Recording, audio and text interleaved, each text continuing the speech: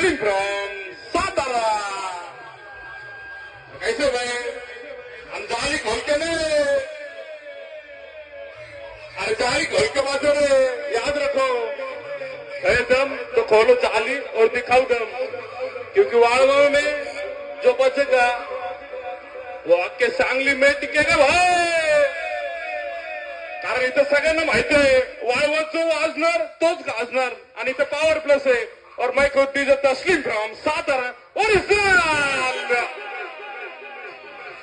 ये सुमित सेठ और शुभम सेठ का पावर है भाई